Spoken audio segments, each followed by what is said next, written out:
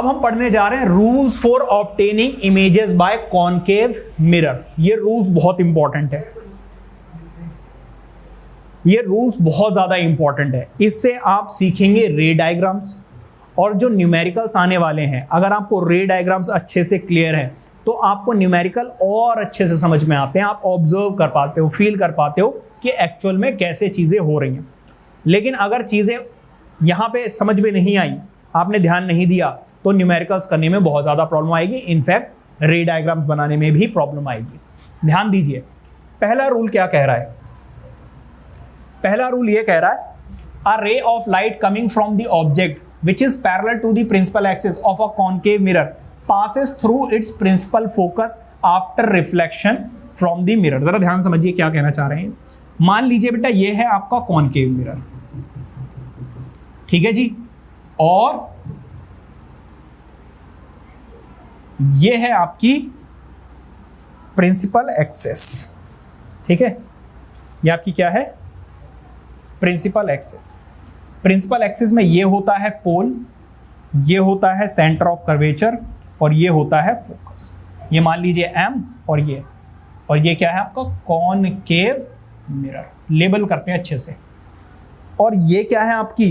ये है आपकी प्रिंसिपल एक्सिस, ठीक है जी। वो ये कह रहे हैं कि यहां पर कोई भी रे आती है,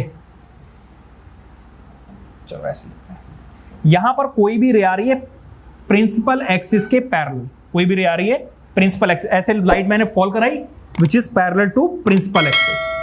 अगर ऐसा है तो ये रिफ्लेक्ट करके कहां से पास होकर जाएगी? फोकस से पास होकर जाती है। ये फर्स्ट रूल है। अगर आप ध्यान दें तो मैंने जब इंसिडेंट रे बनाई तो एरो बनाया है कि ये लाइट यहां से आ रही है, और जब रिफ्लेक्टेड रे बनाई है तो मैंने यहां पे एरो बनाया है कि लाइट रिफ्लेक्ट करके यहां से जा रही है। Is that clear? ऐसे ही आप भी बनाएंगे। ये फर्स्ट रूल है। यहां पर 4 रूल्स हम पढ़ने वाले हैं। 4 रूल्स में से हम 2 रूल्स यूज करेंगे जब भी हम इमेज फॉर्म करेंगे तो, या रे डायग्राम्स बनाएंगे तब। इमेज बनाने के लिए हम कितनी रेज यूज करेंगे? 2 रूल्स, और 4 में से कोई भी 2 जो हमारे लिए कन्वीनियंट होंगे, ठीक है। और ये वाला रूल तो हर एक जगह पर यूज किया जाएगा जितनी भी इमेजेस बनेंगी। सेकेंड रूल क्या कह रहा है? A ray of light coming from the object and passing through the center of curvature of a concave mirror is reflected back along the same path। जरा ध्यान दीजिएगा, दोबारा से मैं यही बना रहा हूं। ये आपका क्या है?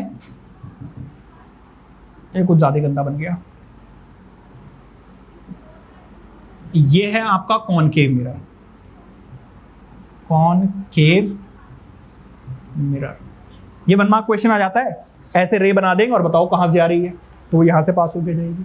या फिर वो पूरी डेफिनेशन लिख देंगे और यहां पर आपका फिल इन द ब्लैंक्स में छोड़ देंगे गैप, और 4 ऑप्शंस दे देंगे, ठीक है। तो आपको बताना होगा कि अगर पैरेलल टू प्रिंसिपल एक्सिस है तो कहां से होकर जाएगी? प्रिंसिपल फोकस से।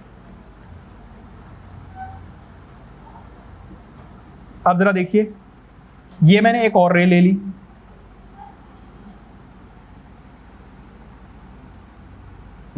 ये आपकी क्या है जी? ये है पोल, ये है सेंटर ऑफ कर्वेचर, ये है फोकस, ये है आपकी प्रिंसिपल एक्सिस, ठीक है। अब वो ये कह रहे हैं कि अगर कोई भी रे कहां पे जा रही है? देखो सेंटर ऑफ कर्वेचर पे ऐसे जा रही है कोई रे, ध्यान देना जरा, कोई भी रे जा रही है डायरेक्टली किस पे? सेंटर ऑफ कर्वेचर पे।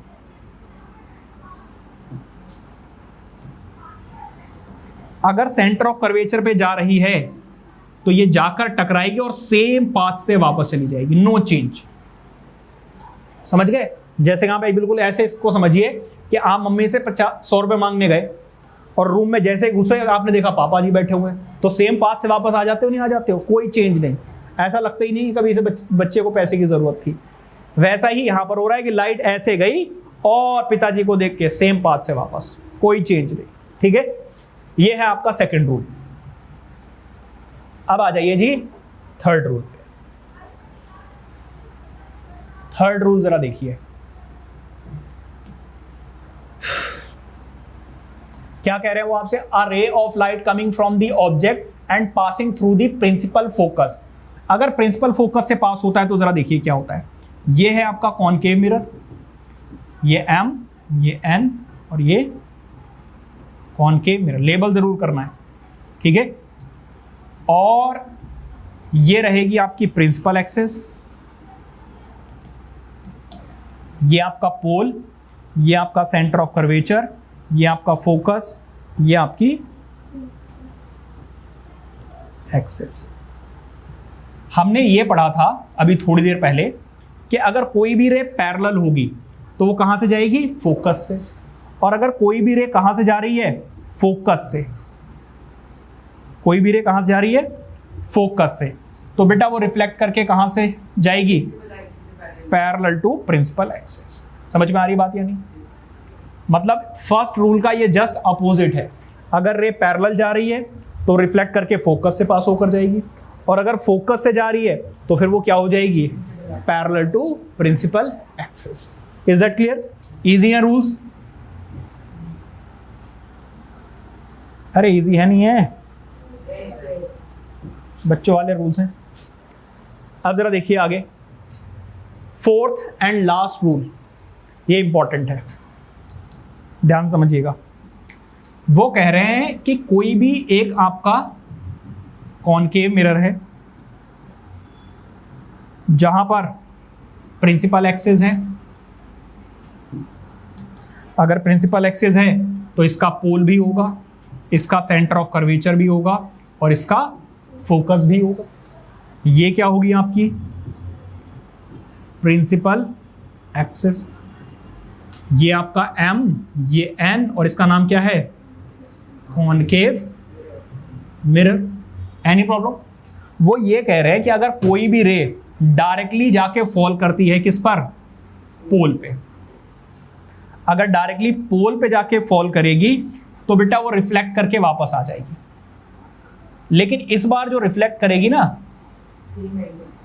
वो इस तरीके से रिफ्लेक्ट करेगी, ज्यादा गैप तो नहीं हो रहा है, इस तरीके से बेटा रिफ्लेक्ट करेगी कि एंगल ऑफ इंसिडेंस जो है वो एंगल ऑफ रिफ्लेक्शन के इक्वल होगा। ऐसा नहीं कि यहां पर तो बहुत कम है और यहां पे आपने ऐसे यहां से निकाल दी, ऐसा नहीं, या यहां से तो बहुत ज्यादा गैप है, यहां पे जो आपने निकाला बहुत पतला गैप निकाला, ऐसा नहीं। कोशिश करेंगे, रफ आइडिया होना चाहिए कि ऊपर का एंगल और नीचे का एंगल इक्वल है। ये 4 रूल्स है, दोबारा से एक बार रिवाइज कर लेते हैं। फर्स्ट रूल कह रहा था वो अगर पैरेलल होगी तो फोकस से होके जाएगा। सेकंड रूल हमने देखा अगर सेंटर ऑफ कर्वेचर से जा रही है तो वो सेम पाथ से वापस चली जाएगी, कोई भी चेंज देखने को नहीं मिलेगा। थर्ड रूल हमारा कह रहा है कि अगर लाइट इंसिडेंट रे फॉल करके जा रही है कहां से, फोकस से, तो वो क्या हो जाएगी, पैरेलल टू प्रिंसिपल एक्सिस।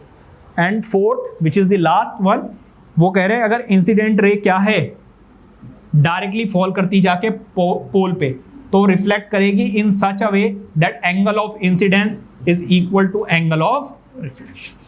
ये है आपका फोर्थ रूल। समझ में आए चारों के चारों रूल? जब आप इमेज फॉर्मेशन करेंगे या रे डायग्राम्स जब बनाएंगे तो इन 4 में से कोई भी 2 रूल्स यूज होंगे। समझ में आ रही बात? यानी नोट कीजिए।